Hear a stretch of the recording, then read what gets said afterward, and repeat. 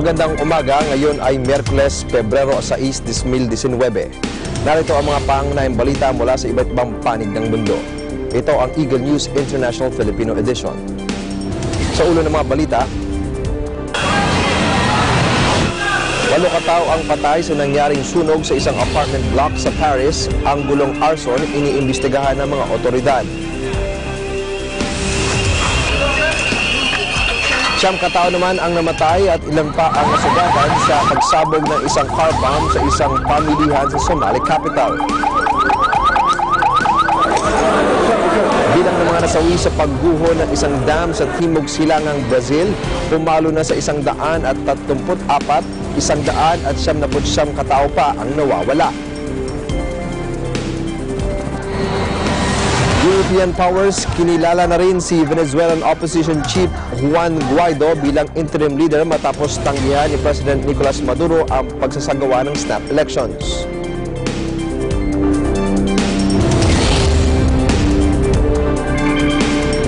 Ako po si Ben Bernaldez, ang inyong magiging tagapagbalita. Sa detalye ng mga balita, 8 katao ang patay sa nangyaring sunog sa isang apartment block sa Paris. Ayon sa mga pulis, posibleng isang arson attack ang nangyaring sunog sa isang 8-story building sa Rue Erlanger na nasa 16th District ng Southwest Paris. 30 katao kabilang ang 6 na firefighters ang nasugatan sa insidente. Sinabi ni Paris Prosecutor Remy Heights, isang babae ang inaresto kaugnay ng nangyaring sunog. Nagsimula ang sunog 1:00 ng umaga at naapula ang apoy makalipas ang 5 oras.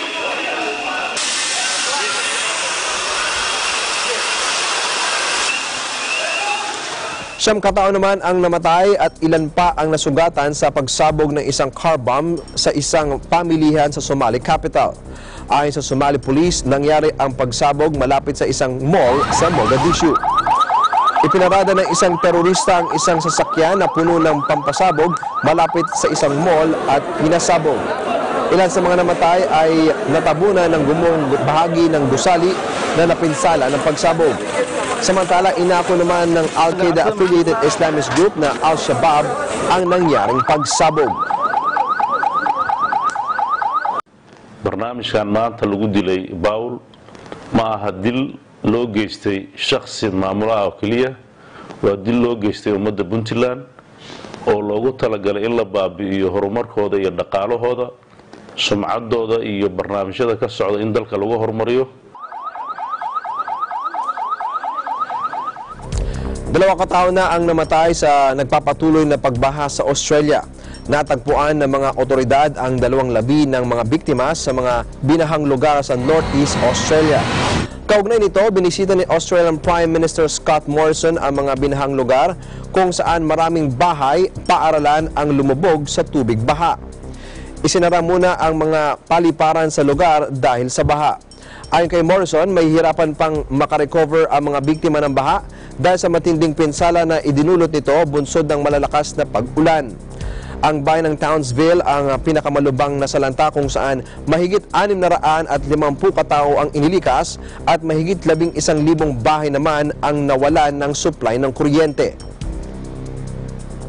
The fact that people are safe today here in Townsville, I think, is an extraordinary achievement and is something that I think people of Townsville can pat themselves on the back on. There'll be tens of millions spent here in Townsville to support the local community, get back up on their feet just in those cash assistance payments alone, income support payments. And then, of course, there's the work that will be done. 14 naman ang patay habang 7 iba pa ang nawawala sa nangyaring 2 landslide sa Bolivia. Ayon kay Bolivia National Police Chief Romulo Delgado, ang landslide ay sanhi ng malalakas na pag-ulan.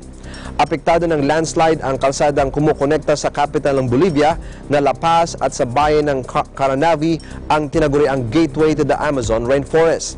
Kaugnay ito, sinabi ni Bolivian President Evo Morales, gumamit na sila ng mga helicopter para ilikas ang may 34 na katao na nasugatan sa insidente. Ang rainy season sa Bolivia ay nagsisimula sa Nobyembre at nagtatapos ng Marso, kung saan ang buwan ng Enero at Pebrero nangyayari ang mga malalakas na pag-ulan.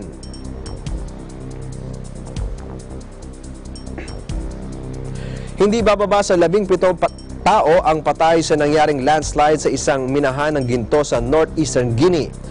Naganap ang insidente sa Larasoba Village sa bayan ng Siguiri.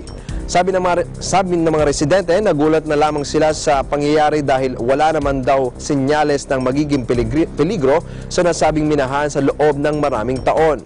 Pero marami na rin naitalang aksidente sa mga minahan sa Guinea na mayaman sa mineral kung saan libu-libong residente ang isinasapanganib ang kanilang buhay sa mga iligal na mining pits.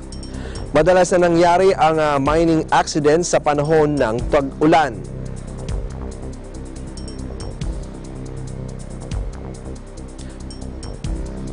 Magbabalik ang Eagle News International Filipino Edition.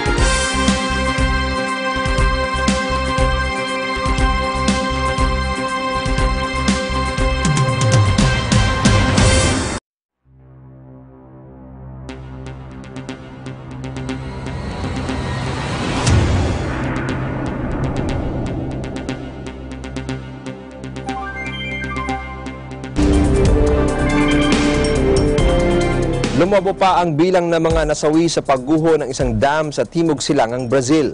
Ayon sa mga otoridad, pumalo na sa 134 ang bilang ng mga namatay, habang 199 pa ang nawawala. Tumaas pa ang bilang ng mga nasawi matapos ang mahigit 1 linggong search and retrieval operations.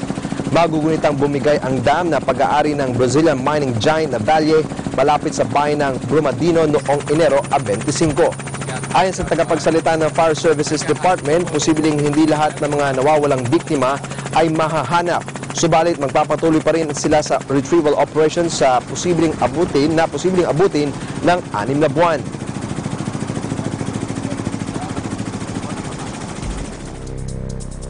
Kinilala rin ng mga European powers si Venezuela Opposition Chief Juan Guaido bilang interim leader matapos tanggihan ni President Nicolas Maduro ang pagsasagawa ng snap elections.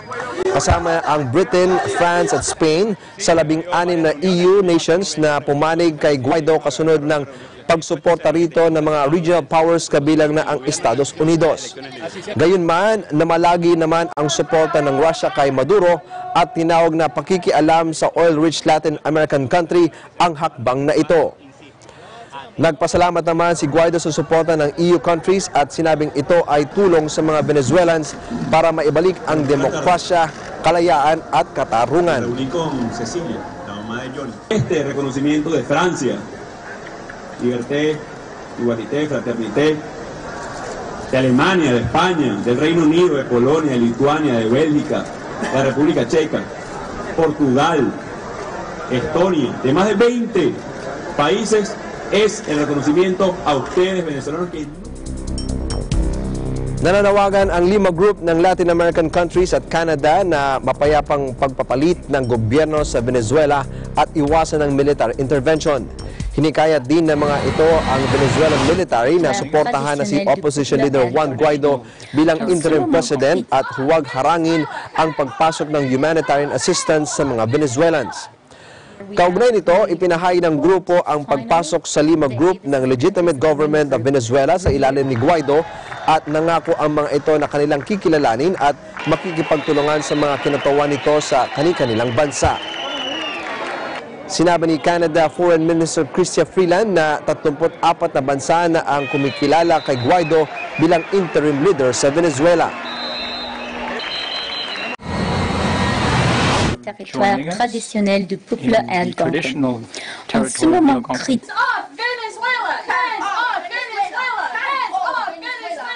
where we have agreed, and I quote, finally, they, this is the countries of the Lima Group, reiterate their support for a process of peaceful transition through political and diplomatic means without the use of force. In terms of the democratic legitimacy of Juan Guaido as interim president of Venezuela, it's very important to understand that he derives his legitimacy from the National Assembly, which is the sole remaining legitimately democratically constituted body in Venezuela. Es imperativo garantizar un flujo libre de ayuda humanitaria que tenga como objetivo atender las necesidades más urgentes del pueblo venezolano. Hemos instado a las Fuerzas Armadas Nacionales de Venezuela a reconocer a su comandante en jefe, Juan Guaidó, que es el presidente encargado de Venezuela. Nabalot ang tensyon ng isinagawang kilos protesta sa ilang syudad sa Sudan. Lumabas sa mga lansangan ng Khartoum City at Omdurman City ang mga protesters para igiit ang ukol sa kalayaan at katarungan sa kanilang bansa. Pero itinaboy sila ng mga riot police gamit ang mga tear gas. Nagsimula ang marahas na protesta noong pang Disyembre matapos tapyasan ng kanilang gobyerno ang budget para sa kanilang bread subsidy. Panawagan din ng mga campaigner na bumaba na sa pwesto si President Omar al-Bashir. Ayon sa mga opisyal, umabot na sa 30 tao ang nasawi sa nationwide protest habang inilagay naman ng Human Rights Watch ang bilang sa mahigit 50 tao.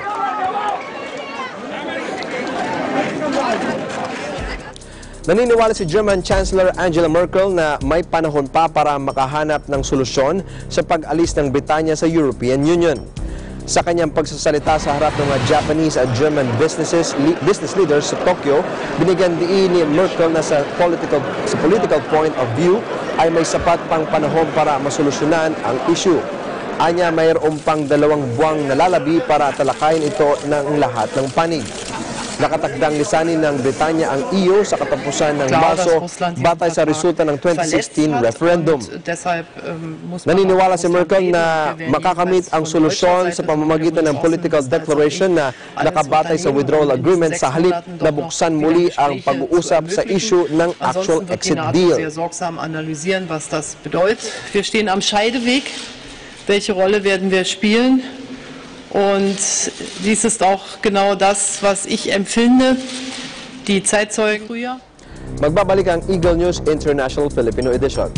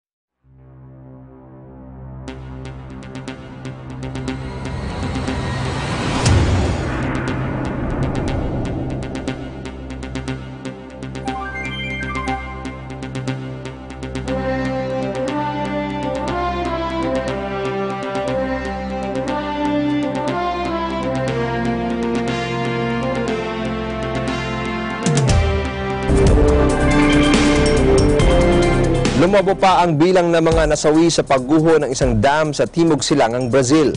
Ayon sa mga otoridad, pumalo na sa 134 ang bilang ng mga namatay, habang 199 pa ang nawawala. Tumaas pa ang bilang ng mga nasawi matapos ang mahigit 1 linggong search and retrieval operations. Magugunitang bumigay ang dam na pag-aari ng Brazilian mining giant na Vale malapit sa bayan ng Brumadinho noong Enero 25. Ayon sa tagapagsalita ng Fire Services Department, posibleng hindi lahat ng mga nawawalang biktima ay mahahanap. Subalit magpapatuloy pa rin sila sa retrieval operations sa posibleng abutin ng 6 na buwan.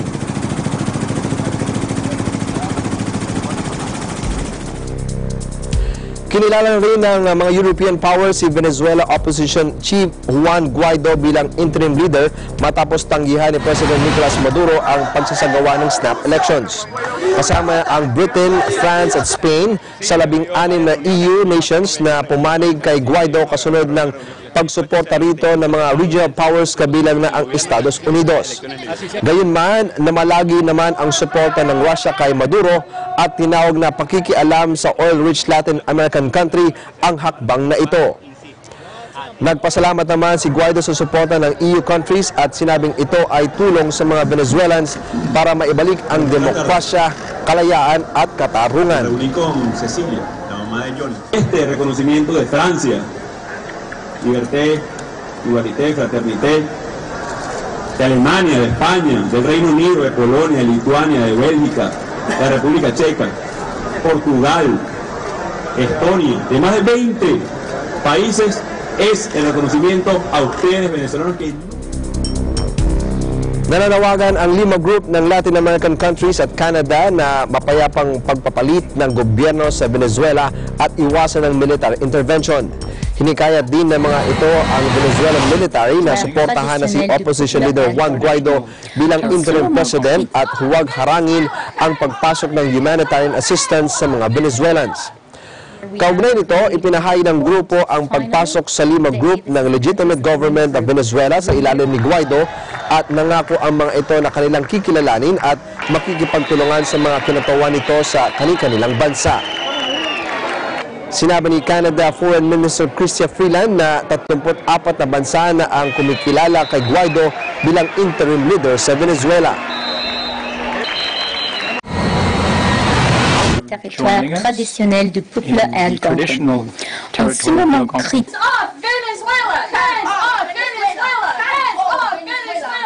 where we have agreed, and I quote, finally, they, this is the countries of the Lima Group, reiterate their support for a process of peaceful transition through political and diplomatic means without the use of force. In terms of the democratic legitimacy of Juan Guaido as interim president of Venezuela, it's very important to understand that he derives his legitimacy from the National Assembly, which is the sole remaining legitimately democratically constituted body in Venezuela. Es imperativo garantizar un flujo libre de ayuda humanitaria que tenga como objetivo atender las necesidades más urgentes del pueblo venezolano. Hemos instado a las Fuerzas Armadas Nacionales de Venezuela a reconocer a su comandante en jefe, Juan Guaidó, que es el presidente encargado de Venezuela. Nabalot ang tensyon ng isinagawang kilos protesta sa ilang syudad sa Sudan. Lumabas sa mga lansangan ng Khartoum City at Omdurman City ang mga protesters para igit ang ukol sa kalayaan at katarungan sa kanilang bansa. Pero itinaboy sila ng mga riot police gamit ang mga tear gas.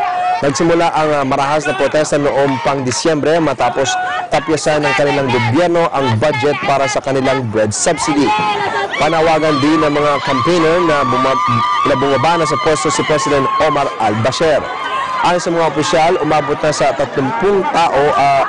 tao ang nasawi sa nationwide protest habang inilagay naman ng Human Rights Watch ang bilang sa mahigit 50 tao. Naniniwala si German Chancellor Angela Merkel na may panahon pa para makahanap ng solusyon sa pag-alis ng Britanya sa European Union. Sa kanyang pagsasalita sa harap ng mga Japanese at German business leaders sa Tokyo, binigyan diin ni Merkel na sa political point of view ay may sapat pang panahon para masolusyonan ang issue. Anya mayroon pang 2 buwang nalalabi para talakayin ito ng lahat ng panig. Nakatakdang lisanin ng Britanya ang EU sa katapusan ng Marso batay sa resulta ng 2016 referendum. Naniniwala si Merkel na makakamit ang solusyon sa pamamagitan ng political declaration na nakabatay sa withdrawal agreement sa halip na buksan muli ang pag-uusap sa issue ng actual exit deal. Wir stehen am Scheideweg. Welche Rolle werden wir spielen? Und dies ist auch genau das, was ich empfinde. Die Zeitzeugen früher. Magbabalik ang Eagle News International Filipino Edition.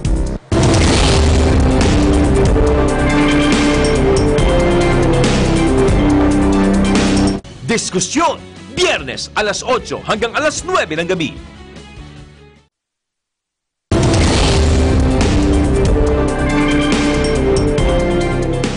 Tutulak patungong Pyongyang ang U.S. Special Envoy for North Korea. Ito ay para sa isasagawang pagpupulong bilang preparasyon sa ikalawang summit sa pagitan ng US President Donald Trump at North Korean leader Kim Jong-un. Samantala, napagkasundoan na ang araw, oras at venue ng summit at posibleng i-anunsyo ito ni Trump sa kanyang State of the Union address. Maaring sa Vietnam ito ganapin kasunod ng isinagawang unang summit ng dalawa sa Singapore noong Hunyo.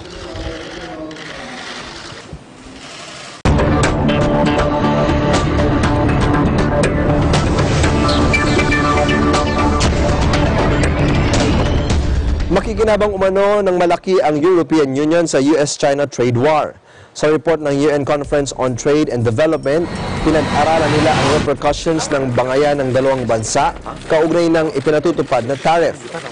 Sinasabi sa report na pinamagatang the trade wars, the pain and gain, makikinabang naman dito ang mga kumpanya na nag-cooperate sa mga bansa na hindi apektado sa trade war ng dalawang bansa. Dahil dito, ang European Union umano ang biggest winner at makikinabang ng karagdagang $70 billion additional trade. Samantala, makikinabang din umano ang Japan, Mexico at Canada ng mahigit sa $20 billion additional trade. Maging ang Australia, Brazil, India, Philippines at Pakistan ay makikinabang dito lalo na sa panig ng exports.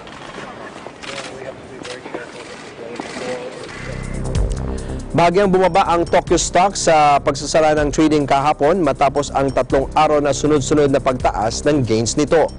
Bumaba ng 0.19% o 39.32 points ang benchmark Nikkei 225 index ng Japan. Samantala, ang broader Topix index ay tumaas naman ng 0.10% o 1.55 points. Nagsimula ang makakuha ng gains ang Nikkei, subalit bumaba ito sa pagtatapos ng trading matapos makakuha ng malaking pagbagsak sa stocks ng Uniqlo at iba pang market heavyweights. Ayon kay Shinichi Yamamoto, broker sa Okasan Securities sa Tokyo, nalugi ng 2.84% ang fast retailing business dahil sa pagbaba ng domestic sales noong Enero.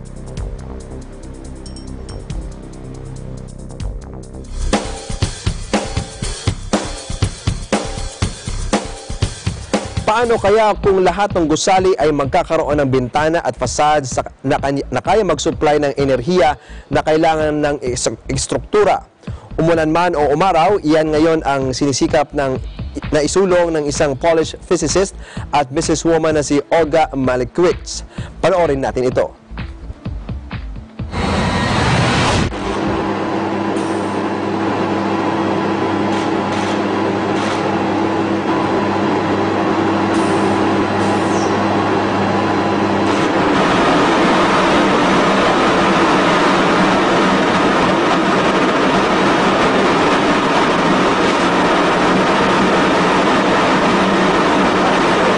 The advantage of the perovskite solar cell is that it can be lightweight and flexible, and it can be printed, so it's very cheap.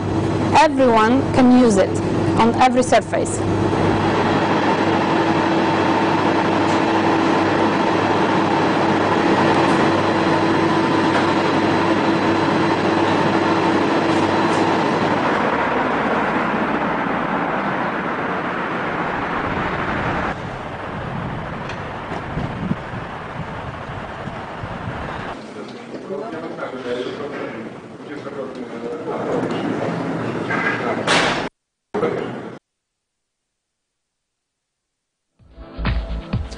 At yan ang kabuuan ng mga balita mula sa iba't ibang bansa. Ito ang Eagle News International Filipino Edition. Sa pangalan ng bumubuo ng Eagle News Service, ako po si Ben Bernaldez and I am 1 with 25.